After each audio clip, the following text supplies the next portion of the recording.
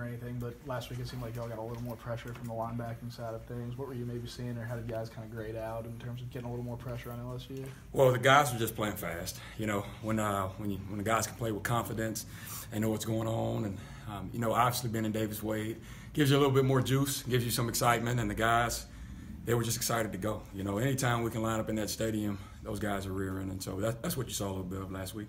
How do you take that on the road? And that kind of juice excitement, how do you transfer that over to the road games? Well, you like to get as many cowbells in whatever stadium that you're in, right? So it starts with our fan base.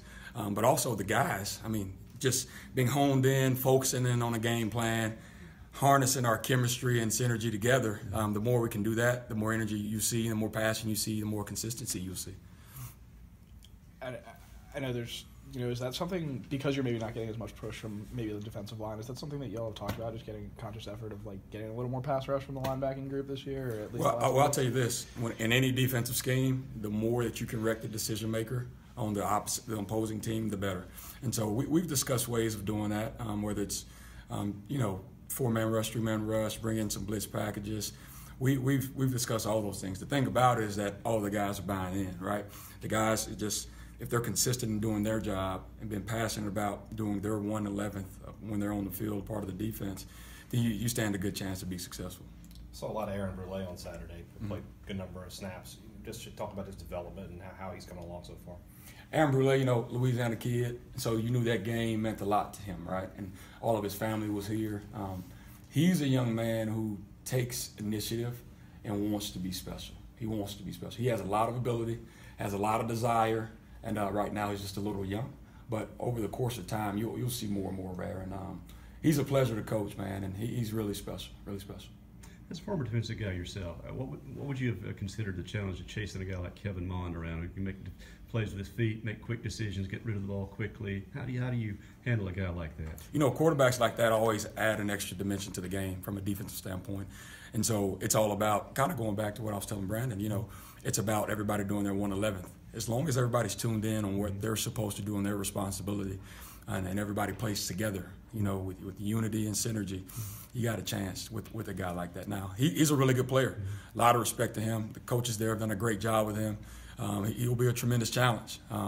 But with our guys, as long as we do our part, we'll have a chance.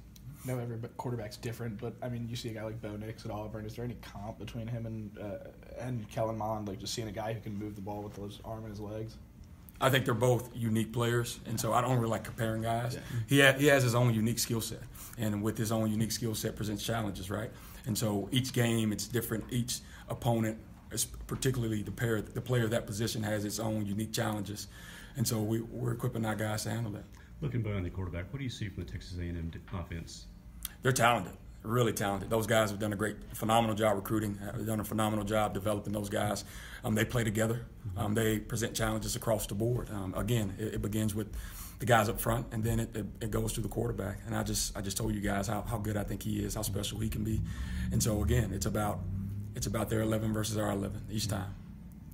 You mentioned Aaron, the guy who made some plays. Leo was in the backfield a bunch last week. How did he kind of grade out this week? It seemed like he was kind of in the middle of things all day. Yeah, Leo played well. But the thing about it is that game's behind us, and we can't do anything about what's behind us or games that have already been played. So now the mentality that I try to preach to those guys and try to instill in them, it's about what can you do for the next game coming up? What can you do in a day-to-day process to develop yourself mentally and physically and emotionally, quite honestly, to make sure that you go out and that you're successful and that you do your part. You don't have to do anything more than your part.